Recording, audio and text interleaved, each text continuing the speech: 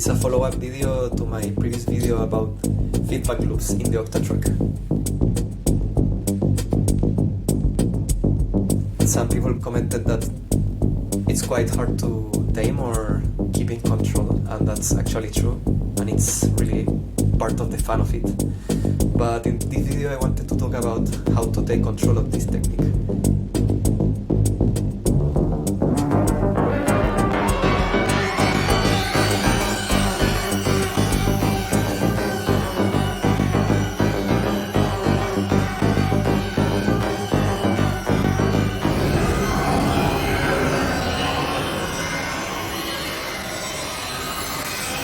You can do with this, of course, with any track.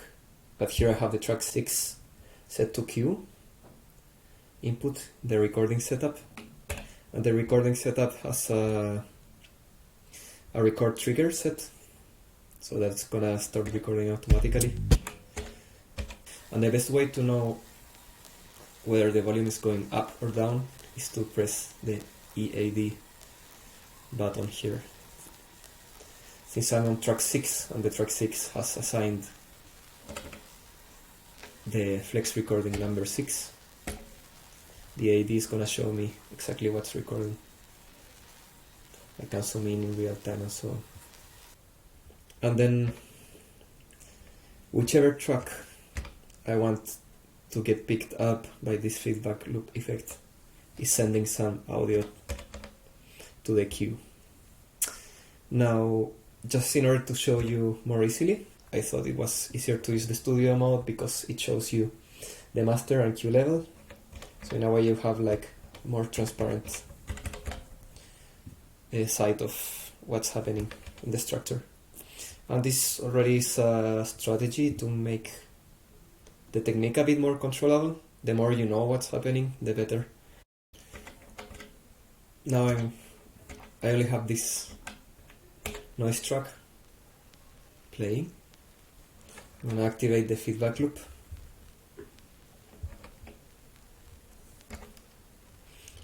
And this noise has quite a low volume, and also the feedback loop is configured with a low Q level. The more I raise the Q in this case, the more it feeds back on itself.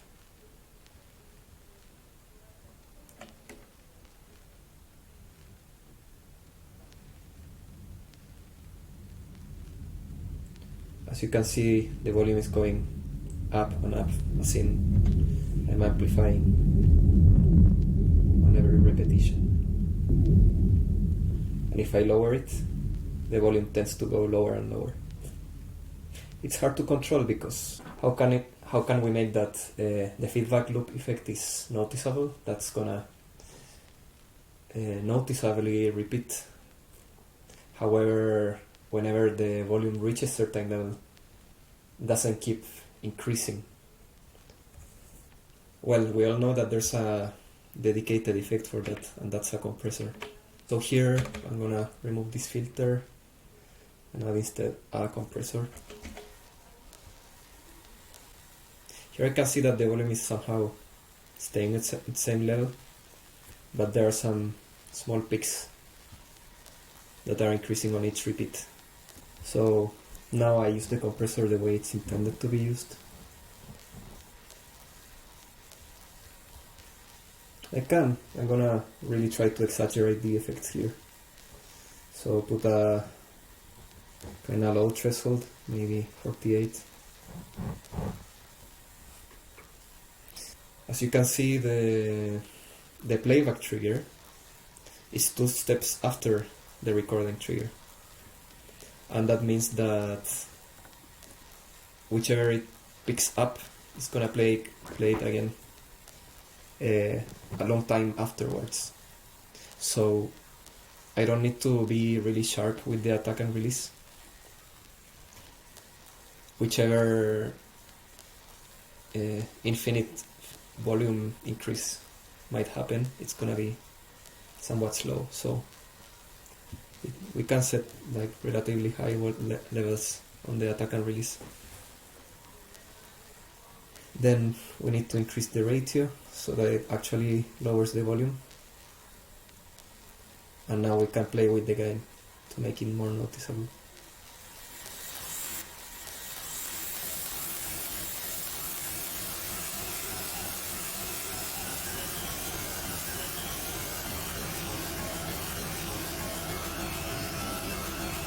Now you can see that the feedback loop effect is really kicking in, and at the same time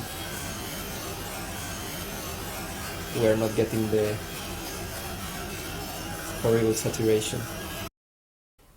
If you don't want to use a compressor, because maybe you are trying to save channels and effect slots, what you could do is this sort of volume staging, although this technique is not as nice and effective as using the compressor. Still worth knowing. What I would do is a scene. I would divide the whole keys in two, so you're gonna have 8 scenes and not 16 available.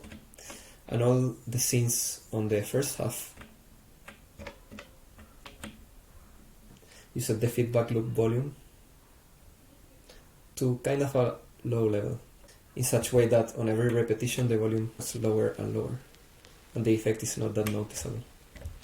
And then all the scenes on the B side are a copy of the scenes on the A side, only that on the B the volume is high and it generates this ever increasing volume. I recommend not exaggerating too much the values, because a really small difference gonna make a huge effect in the long run. So now, while the track is playing, you keep manually regulating the feedback loop level.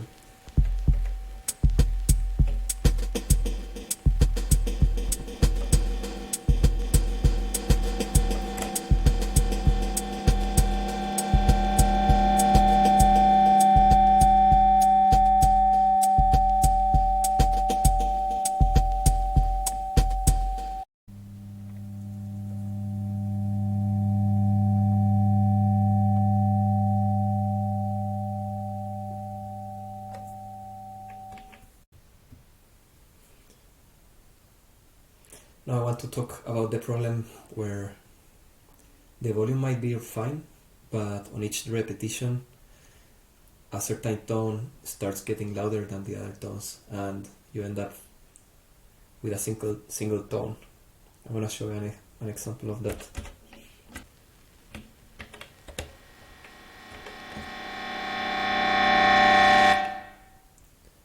So here we see that it's not that the volume of the whole track is getting too loud, but rather there's one tone in particular that is getting too loud.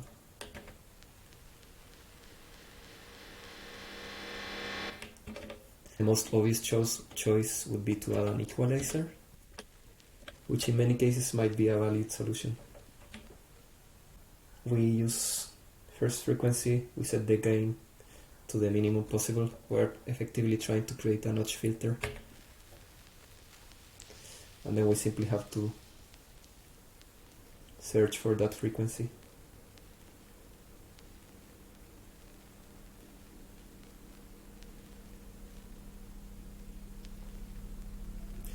The problem with this technique is that you are catching a mouse,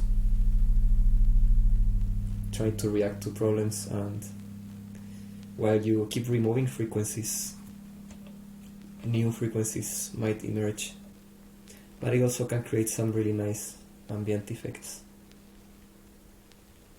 I try to avoid creating these static EQs because you might create a scene, for example, that has different parameters, and when you switch to those parameters, then the EQing is no longer valid.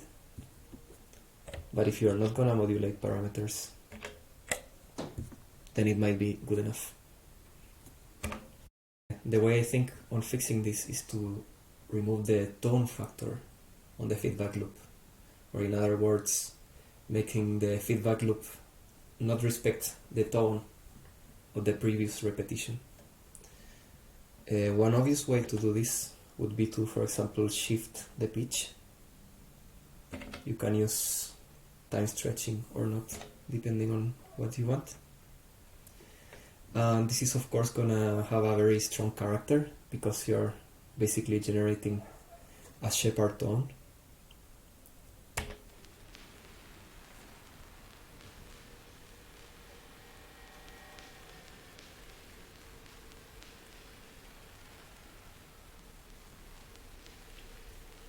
So now every time it repeats, it's gonna repeat with a different tone. Therefore it's not gonna increase the same tone indefinitely.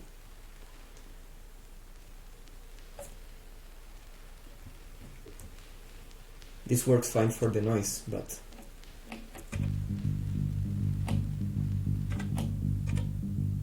sometimes it adds too much character to a sound, or a character that you don't want.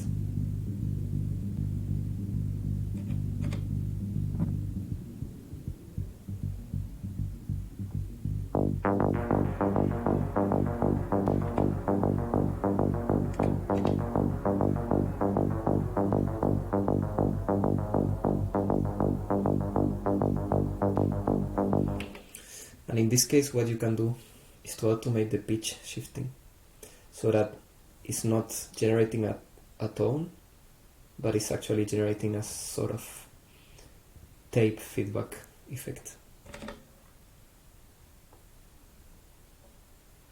You need to take into account that the playback head should never reach the recording head, or the recording is gonna stop.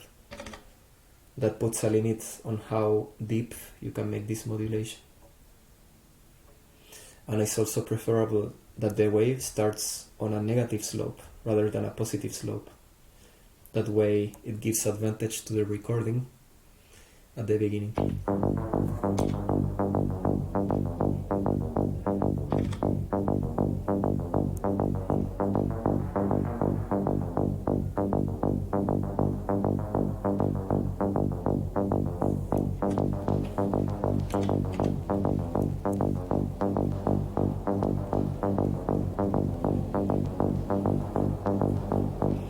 Now my reverb effect that was previously generating a very strong tone and causing problems, now I can even increase its width value and it's not anymore generating the tone. It additionally adds a certain weird character to the mix, which might be adequate or might be not. Another option to fix this problem that might affect less the character of the composition is to find whichever effect is producing the problem and modulating the parameter that controls the tone of that effect. The most obvious case here, we have a comp filter.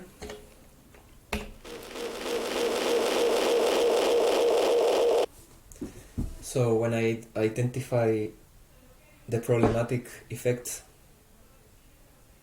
I need to search for whichever parameter controls the tone of that effect.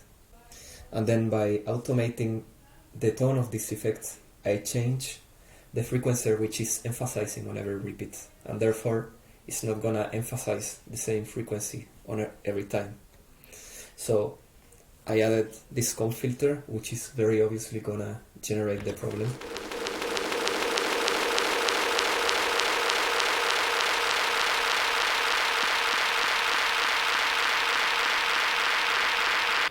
And I simply modulate the tone control of this filter.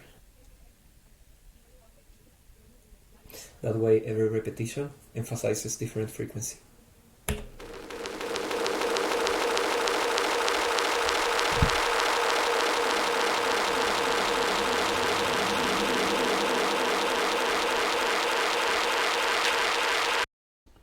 I had great fun making this video and I hope you had fun watching it too. I'm gonna create a list of the topics covered here so you can be reminded of them and you don't have to watch the video again in order to try out the techniques I showed here. If you have created something with this technique, please share it, perhaps in a comment. I don't know if that's possible in YouTube. And if not, I'm gonna post this video in the Electronauts forum, so you can also post it there and share it.